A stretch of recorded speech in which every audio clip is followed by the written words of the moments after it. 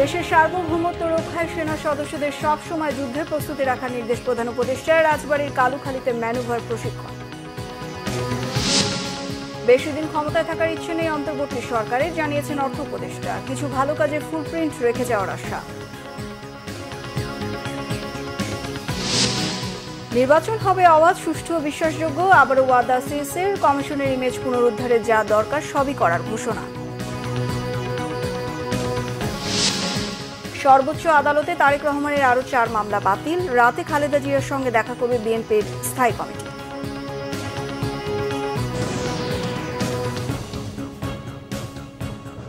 ট্রান্সমেন্ট সংবাদ শিরোনাম দেখছিলেন, এবার বিস্তারিত। দেশের সার্বভৌমত্ব রক্ষায় সর্বদা যুদ্ধের জন্য সেনা সদস্যদের প্রস্তুত থাকার আহ্বান জানিয়েছেন অন্তর্বর্তী সরকারের প্রধান উপদেষ্টা ডক্টর মোহাম্মদ ইউনূস। তিনি বলেন, আভিযানিক দক্ষতা, সাহসিকতা ও পেশাদারিত্ব অর্জনে সেনা সদস্যদের প্রশিক্ষণ বাস্তবসম্মত। রাজবাড়ীর কালুখালীতে সেনাবাহিনীর ম্যানুভার অনুশীলন সমাপনী বক্তব্যে তিনি আহ্বান জানান। এর আগে 55 পদাতিক ডিভিশনের আয়োজনে রাজবাড়ী জেলার সামরিক প্রশিক্ষণ এলাকায় সেনাবাহিনীর ম্যানুভার অনুশীলন প্রত্যক্ষ করেন তিনি। প্রায় 1 ঘণ্টা ব্যাপী অনুশীলনে অত্যাধুনিক সমরাস্ত্রে সজ্জিত বাংলাদেশ সেনাবাহিনীর সেনা সদস্যরা সত্যিকারের যুদ্ধের পরিবেশ সৃষ্টির মাধ্যমে আক্রমণ অনুশীলন সফলভাবে পরিচালনা করেন। অনুশীলনে বাংলাদেশ সেনাবাহিনীর বিভিন্ন ধরনের অত্যাধুনিক ট্যাঙ্ক, এপিসি, গোলন্দাজ বাহিনীর কামান, পদাতিক, ইঞ্জিনিয়ার্স ও কমান্ডো সহ সব আর্মস এবং সার্ভিসেস অংশ নেয়। এছাড়াও মহড়ায় বাংলাদেশ বিমান বাহিনীর যুদ্ধ বিমান, আর্মি এভিয়েশনের বিমান, হেলিকপ্টার এবং প্যারা কমান্ডো অংশগ্রহণ করেন। প্রধান উপদেষ্টা অনুশীলন শেষে সমাপনী বক্তব্যে বাংলাদেশ সেনাবাহিনীকে জাতির অহংকার ও বিশ্বাসের জায়গা উল্লেখ করেন।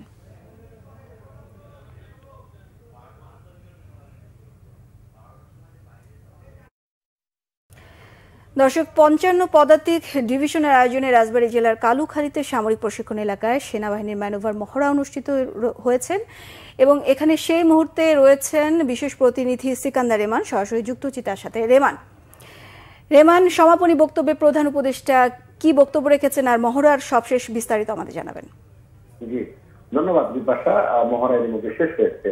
প্রধান উপদেষ্টা তিনি বক্তব্য দিয়েছেন। মূলত যারা এই প্রশিক্ষণে অংশ নিয়েছেন তাদের উদ্দেশ্যে তিনি বক্তব্য দিয়েছেন। তিনি বাংলাদেশ সেনাবাহিনীকে সর্বদা দেশপ্রেমে উদ্বুদ্ধ হয়ে দেশের কল্যাণে, দেশের সার্বভৌমত্ব রক্ষায় কাজ করার কথা তিনি বলেছেন। মূলত কিন্তু এখানে 55 পদাতিক ডিভিশনের আয়োজনে এই রাজবাড়ী জেলায় সামরিক এই প্রশিক্ষণটি হয়েছে। এটিকে ম্যানুভার অনুশীলন বলা হয়। প্রধান এবং বিমান বাহিনীর প্রধান এখানে উপস্থিত ছিলেন। অনুশীলনে সেনাবাহিনীর বিভিন্ন ধরনের অত্যাধুনিক ট্যাঙ্ক, এপিসি, গোলন্দাজ বাহিনীর কামান, পদাতিক, ইঞ্জিনিয়ার, কমান্ডো সহ আর্মস সার্ভিসেস এবং যুদ্ধ বিমান, আর্মি এভিয়েশনের বিমান, হেলিকপ্টার এবং প্যারা কমান্ডোরা কিন্তু এই অনুশীলনে অংশ নেয়।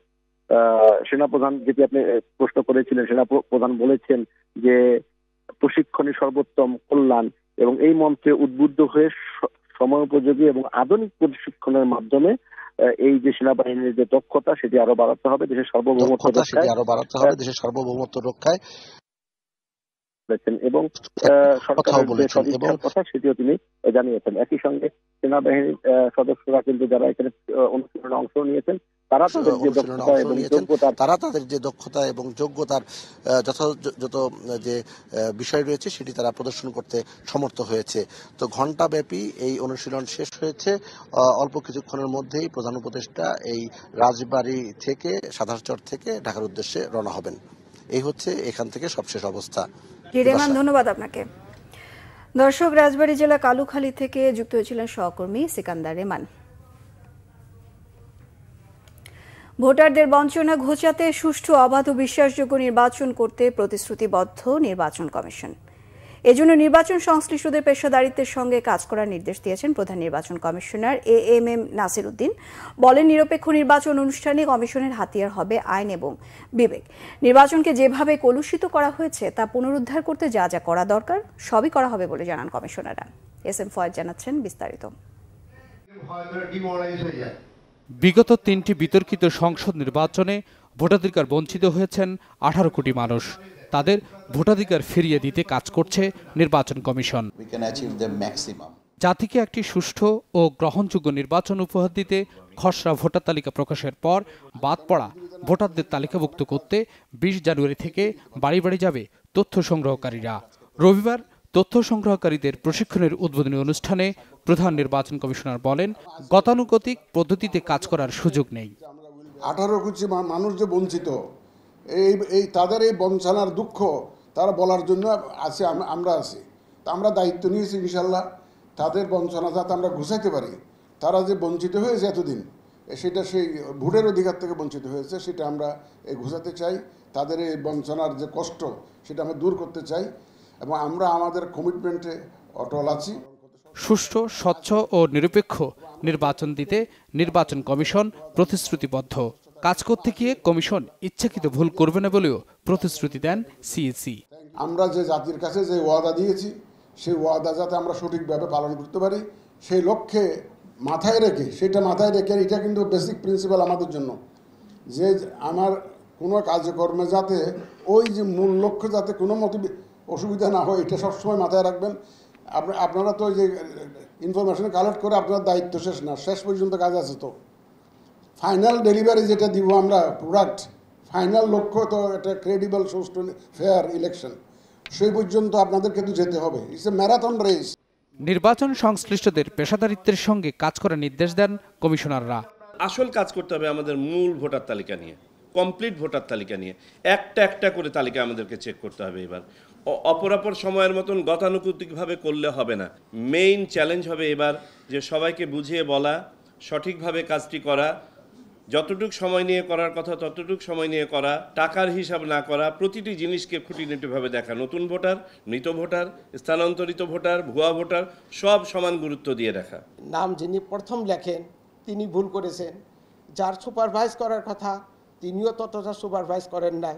রেজিস্টারিং অফিসার, আমি আইনটা একটু দেখলাম বিধিমালাটা, তার ওভারঅল দায়িত্ব সম্ভবত তিনিও তার ওভারঅল দায়িত্বটা পালন করেন নাই, যার জন্য ভুলের সংখ্যাটা বেশি হয়েছে। নির্বাচনকে যেভাবে কলুষিত করা হয়েছে তা পুনরুদ্ধার করার জন্য যা যা করা প্রয়োজন তা করা হবে বলে জানিয়েছেন নির্বাচন কমিশনার আনোয়ারুল ইসলাম সরকার। অনুরোধ করছি এবং সাবধান করছি, এবারের ইলেকশন আমরা নির্বাচন যেভাবে কলুষিত হয়েছে সেইটাকে পুনরুদ্ধার করার জন্য আমাদের যা যা করার লাগে তাই করব ইনশাল্লাহ। তো সুতরাং আজকে যারা নির্বাচন কমিশনের কর্মকর্তাবৃন্দ এখানে প্রশিক্ষক হিসাবে প্রশিক্ষণ নিতে এসেছেন, আবারও অনুরোধ করছি, সামান্যতম অবহেলা, সামান্যতম অস্বচ্ছতা, সামান্যতম ফাঁকিবাজি যাতে না হয় সেদিকটা খেয়াল রাখবেন। রাজা চেয়েছে তোরা যে যা বলিস ভাই, আমার সোনার হরিণ চাই। তাই আমরা সবাই সেই সোনার হরিণ ধরার জন্য ছুটে বেরিয়েছি।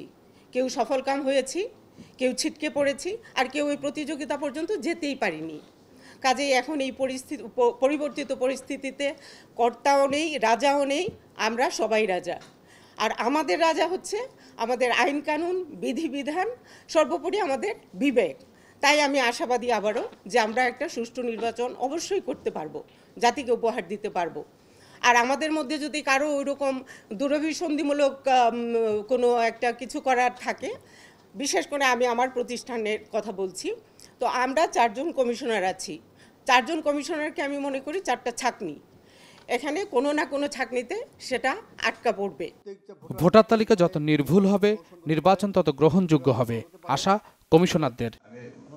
SM Foyez, Bangla vision, Dhaka.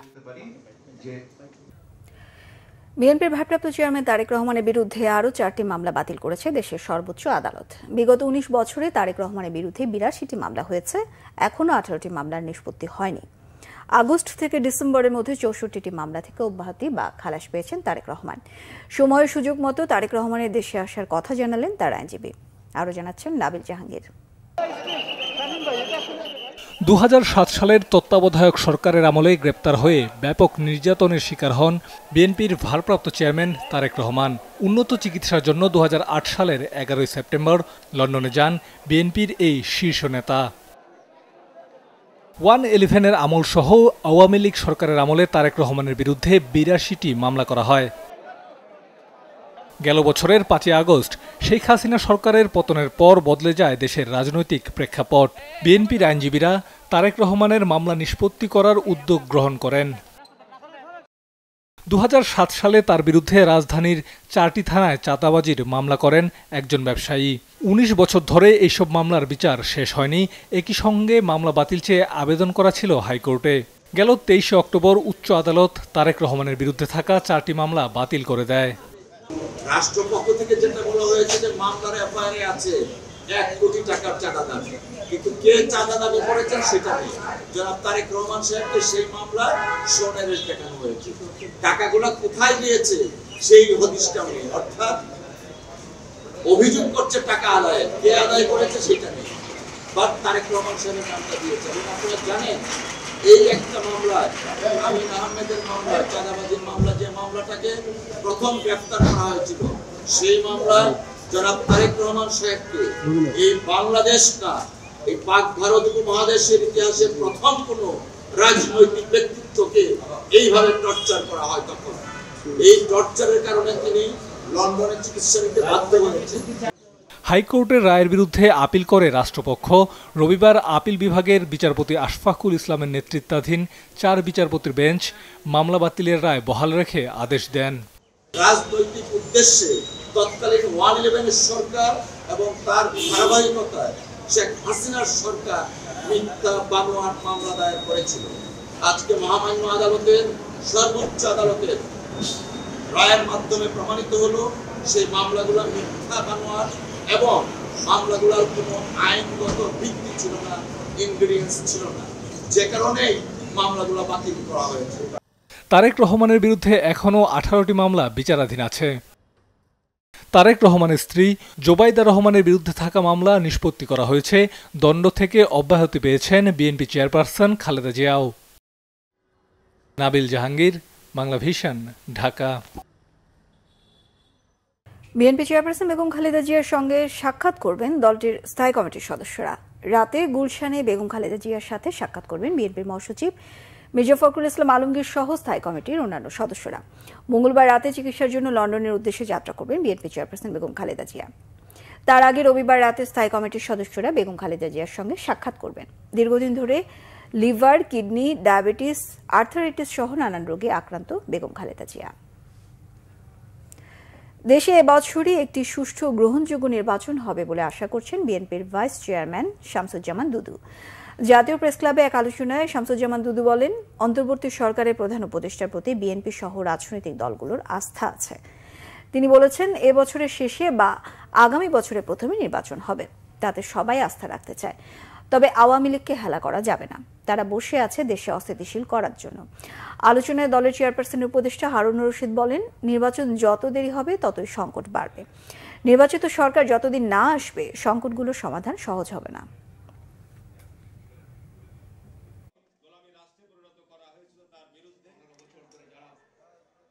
আমরা দীর্ঘ 15-16 বছর যাবৎ মাঠে রয়েছি। আমার বাড়ি, আমার জমি দখল করেছে, আমার সম্পদ দখল করেছে, আপনার উপর মিথ্যা মামলা দিয়েছে। এরপরও বলবো, জাতীয়তাবাদী দল অত্যন্ত ধৈর্য এবং সহনশীলতার সাথে এত বড় একটা বিপর্যয়ের পর যেভাবে আমরা এই জনবিস্ফোরণকে আমরা নিয়ন্ত্রণ করেছি, এটি চারটিখানি কথা নয়। সুতরাং আজকে যারা এই বিভিন্ন রকমভাবে বিএনপিকে কটাক্ষ করে প্রতিপক্ষ বানিয়ে কথা বলতে চায়, তাদের অবস্থান জুলাইয়ের আগে কোথায় ছিল? জুলাইয়ের আগে তারা একটা মামলার কোনো শিকার হয়েছে?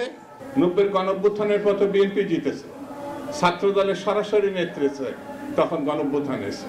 তা আপনাদের নেতৃত্বে যদি গণঅভ্যুত্থান হয়, তা আপনারা তো একটা রাজনৈতিক দল গঠন করার চেষ্টা করছেন না? তাহলে ইলেকশন দিবেন না কেন? ইলেকশন দিলে তো জিতবেন। বিএনপি নাকি চাঁদাবাজি করে, বিএনপি নাকি দখলবাজি করে। এই বছরের মধ্যেই গ্রহণযোগ্য একটি নির্বাচন হবে, এটা আমরা প্রত্যাশা করতে চাই। ডক্টর ইউনূস বলেছেন এই বছরের মধ্যে অথবা 26-এর প্রথমে, এর মধ্যে থাকেন।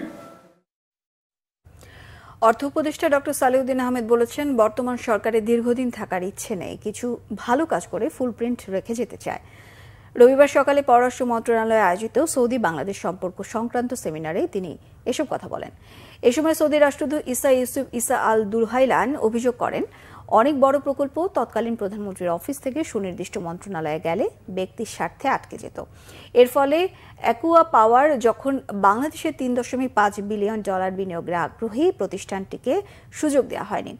অর্থ উপদেষ্টা আরও বলেন, সৌদি কোম্পানি আরামকোর মতো দক্ষিণ কোরিয়ার স্যামসাংকেও বিমানবন্দর থেকে তাড়িয়ে দিয়েছিল বিগত সরকার। এমন ভুল নীতির কারণে বাংলাদেশের অর্থনীতি ক্ষতিগ্রস্ত হয়েছে।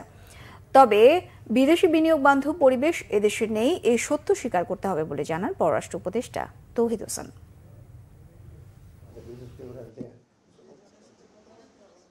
The government, we have taken some reforms which we think will deliver. We'll be here for not very long time. I don't know whether foreign advisor thinks that he'll stay for another 5 years, that is his. But our plan is to retire very soon. Retire or leave very soon, but we want to leave a footprint.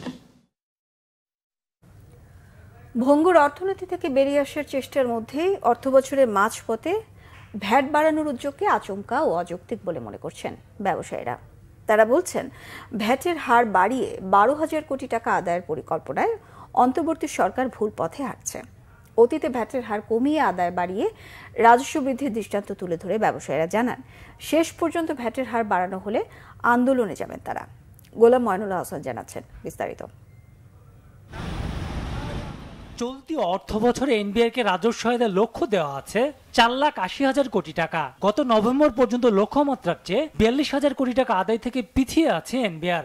এমন বাস্তবতা আন্তর্জাতিক মুদ্রা তহবিল, IMF শর্তে তৈরি পোশাক, AC রেস্তোরাঁ, মিষ্টি non AC hotel সহ 43 ধরনের পণ্য পরিষেবায় ভ্যাট 15% পর্যন্ত বাড়ানোর পরিকল্পনা অন্তর্বর্তীকালীন সরকারের, যা গত 25 ডিসেম্বর উপদেষ্টা পরিষদের বৈঠকে নীতিগত অনুমোদন পায়।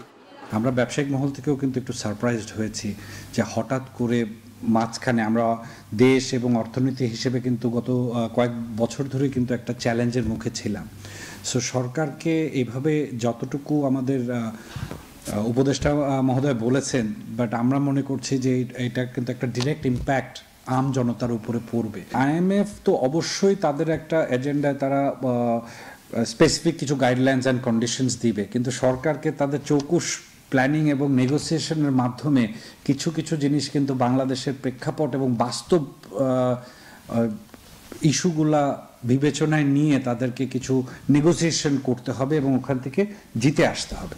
পোশাক বিক্রিত হোটেল রেস্তোরাঁর মতো সেবা খাতে বড় ধরনের ভ্যাট বৃদ্ধির পরিকল্পনায় তীব্র আপত্তি সংশ্লিষ্টদের। This is not acceptable. আমরা সারা বাংলাদেশের রেস্তোরাঁ মালিক সমিতি, মিষ্টি মালিক সমিতি, অন্য সবাই কথা বলছি। আমরা অচিরেই 2-1 দিনের মধ্যে আমরা বসবো, আমরা বসে আলোচনা করছি যাতে যদি সরকার আমাদের দাবি না মানে আমরা সারা বাংলাদেশে ধর্মঘটে চলে যাব। সরকারি আমলা যারা চোর, যারা লুটেরা, যারা দুর্নীতিবাজ, তাদেরকে চিহ্নিত করে তাদেরকে উপযুক্ত শাস্তির ব্যবস্থা করেন, তাদের ঘুষ বন্ধ করেন, সব বন্ধ করেন, তাইলে আপনার রাজস্ব আদায় বাড়বে। শুধু ছোট ছোট ব্যবসায়ীদেরকে খড়গ নামাবেন না। ছোট ছোট ব্যবসায়ীরা এমনি ধ্বংসের দ্বার প্রান্তে। কোভিড থেকে শুরু করে এই পর্যন্ত আমাদের সেক্টর ধুকে আমাদের সেক্টর মানে টিকে আছে আর কি। বাংলাদেশ পৃথিবীর ওয়ান অফ দ্য লোয়েস্ট আমাদের ট্যাক্স নেট একটা কান্ট্রি। সো এই ট্যাক্স নেটটা বাড়িয়ে কিন্তু সরকার 12,000 কোটি কেন এর থেকে আরও অনেক বেশি রেভিনিউ জেনারেট করতে পারে। একটা দীর্ঘমেয়াদী পরিকল্পনার মাধ্যমে এই রেভিনিউ জেনারেশনটার অনেক ধরনের সুযোগ আছে। এখন 50 লাখ থেকে 3 কোটি টাকার বার্ষিক ব্যবসার টার্নওভারে ভ্যাট হার 4%, নতুন প্রস্তাবে তা 15%। সেই সঙ্গে 30 লাখ টাকা টার্নওভারেই ভ্যাট নিবন্ধন বাধ্যতামূলক করার পরিকল্পনা অন্তর্বর্তীকালীন সরকারের। গোলাম ময়নুল হাসান, বাংলা ভিশন, ঢাকা। আগামী নির্বাচনে আনসার ও বিটিভিকে ভিন্ন রূপে দেখা যাবে বলে জানিয়েছেন বাহিনীর মহাপরিচালক মেজর জেনারেল আব্দুল মোতালেব সাজ্জাদ মাহমুদ। গ্রাম প্রতিরক্ষা বাহিনীর 49তম প্রতিষ্ঠা বার্ষিকী ও 45তম জাতীয় সমাবেশের উদ্বোধনী অনুষ্ঠানে সাংবাদিকদের তিনি এসব কথা বলেন। রাজনৈতিক প্রভাবমুক্ত থেকে নিরপেক্ষভাবে নির্বাচন অনুষ্ঠানে দায়িত্ব পালনে আনসার বাহিনীকে প্রশিক্ষণ দেওয়া হচ্ছে এবং প্রত্যেকের ডাটাবেস তৈরি করা হচ্ছে বলে জানান। বাহিনীর চলমান সংস্কার ও আধুনিক নীতিমালার আলোকে সকলে ঐক্যবদ্ধ হয়ে কাজ করার আহ্বান জানান মেজর জেনারেল আব্দুল মোতালেব সাজ্জাদ মাহমুদ। সবাইকে বাহিনীর লক্ষ্য অর্জনে নিষ্ঠা উদ্যমের সঙ্গে দায়িত্ব পালন করতে উদ্বুদ্ধ করেন তিনি।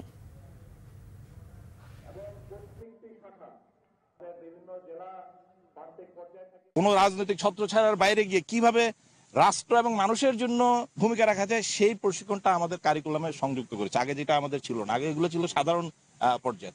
সো আমাদের ইলেকশনের প্রস্তুতিটা আসলে আমাদের সংস্কারের সাথে এবং এদের নিজেদের ভূমিকার যে উন্নয়ন সেটার সাথে সম্পৃক্ত। এটা একই সাথে চলছে ইনশাল্লাহ। আপনারা ইলেকশনের আগে এই আনসার এবং ভিডিপি একটা ভিন্ন রূপে দেখবেন যে neutrally they will play their role, যে জনগণ যেটা চায় ফেয়ার ইলেকশন এবং জোরালো ভূমিকা যে কোনো ধরনের অনিয়মের ক্ষেত্রে তাদেরকে সেই জায়গায় পাবে। শীতে কাঁপছে উত্তরাঞ্চল সহ দেশের বিভিন্ন জেলা, বইছে মৃদু শৈত্যপ্রবাহ। তীব্র শীতে নাকাল পঞ্চগড়ের জনজীবন। সকালে জেলায় সর্বনিম্ন তাপমাত্রা রেকর্ড করা হয়েছে 9.7 ডিগ্রি সেলসিয়াস। বিপাকে রয়েছে খেটে খাওয়া মানুষ। এদিকে পৌষের কনকনে শীতে কাবু নাটোরের মানুষও। সূর্যের দেখা মিললেও নেই তেমন তেজ। হিমশীতল বাতাসে দুর্ভোগে পড়ছে নিম্ন আয়ের মানুষ। গরম কাপড়ের কষ্টে ছিন্নমূলরা। পৌষের শীতে কাঁপছে চুয়াডাঙ্গার জনপদ। হাসপাতালে বাড়ছে শীতজনিত রোগীর সংখ্যা। এছাড়া উপকূলীয় জেলা ঝালকাঠিতে বেড়েছে শীতের প্রকোপ। ঘন কুয়াশার কারণে বিষখালী নদীর কাঠালিয়ার কচুয়া বেতাগিতে বন্ধ রয়েছে ফেরি চলাচল। দক্ষিণের জেলা সাতক্ষীরায় বইছে হিমেল বাতাস। শীতে কাবু শিশু ও বৃদ্ধরা। ঘন কুয়াশা হেডলাইট জ্বালিয়ে চলাচল করছে যানবাহন। বাংলাদেশের সাবেক প্রধানমন্ত্রী শেখ হাসিনার দেশ থেকে পালিয়ে ভারতে আশ্রয় নেয়ার 5 মাস আজ। গত বছরের 5 আগস্ট ছাত্র জনতার আন্দোলনে পদত্যাগের পর দেশ ত্যাগ করেন তিনি। ওই দিন বৈষম্য বিরোধী ছাত্র আন্দোলনের নেতৃত্বে মার্চ টু ঢাকা কর্মসূচি ডাকা হয়। এতে সাড়া দিয়ে পুরো দেশ থেকে ছাত্র জনতা ঢাকার সড়ক দখল করে।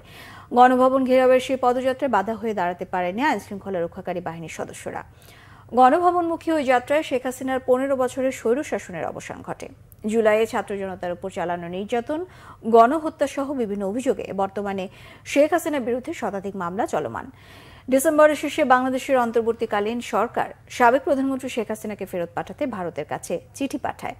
এরপর 2 দফায় ভারতের পররাষ্ট্র মন্ত্রণালয় শেখ হাসিনার বিষয়ে কথা বললেও ফেরত পাঠানোর বিষয়ে স্পষ্ট কোনো বার্তা দেয়নি। সংবাদ শেষ করব ক্রাউন সিমের শিরোনামগুলো আরো একবার জানিয়ে।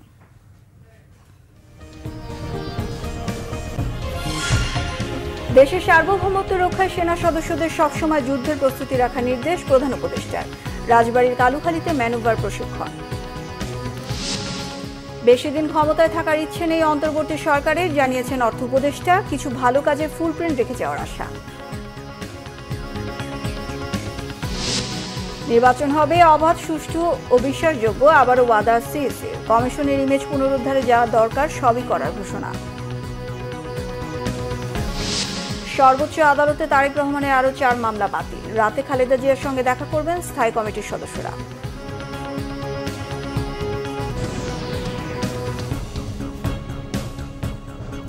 এই ছিল এখনকার মতো। পরের সংবাদ বিকেল 4টায়। 3টায় থাকছে নিউজ টপ 10। দেখার আমন্ত্রণ রইল। এছাড়া বাংলাভিশন সংবাদ ও সংবাদ সংশ্লিষ্ট অনুষ্ঠান দেখতে ভিজিট করুন www.bvnews24.com ও facebook.com/banglavishnnews। সাবস্ক্রাইব করুন youtube.com/banglavishnnews। সঙ্গে থাকার ধন্যবাদ সবাইকে।